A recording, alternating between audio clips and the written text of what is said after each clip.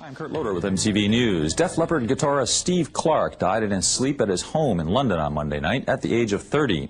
It was a particularly sad loss for a band that's had more than its share of heartaches over the last 13 years. Here's the story. Like many another rock star before him, Steve Clark was an ordinary working-class kid whose life was changed by rock and roll. You know, played classic guitar for about a couple of years, and then one day I heard Jimmy Page from Led Zeppelin playing this riff called of this song How Many More Times, and that was it. I just threw the classic guitar through the window, and I said, that's what I do when I play rock music. Punk rock was all the rage in England in the late 70s, but Clark was a hard rocker, and he found a group of kindred teenage spirits in a fledgling band called Def Leppard.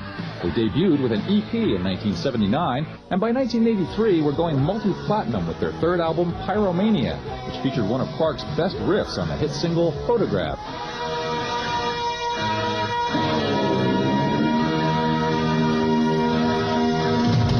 Fame and fortune beckoned, but Clark and his Def Leppard mates were determined not to let success turn them into heavy metal cartoons. Whatever it feels right, and we'll be the first people to know, you know, when it doesn't. It'll become obvious at some point. It'd be like getting on the stage now wearing spandex. No. Along with all the success, Def Leppard had plenty of problems. They'd already lost founding guitarist Pete Willis, and then, as work on the group's fourth LP got underway, drummer Rick Allen lost his left arm in a car crash. The album seemed to be on permanent hold, but Allen bounded back into the drum seat with the aid of computer drum technology, and when Hysteria was finally released, it took Def Leppard all the way to the top of the U.S. charts.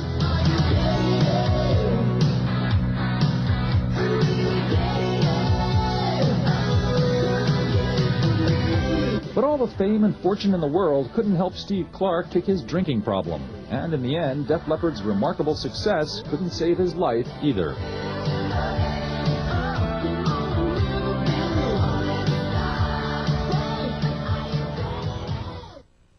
Def Leppard guitarist Steve Clark dead at 30. That's the news for now. We'll be back with more later here on MTV.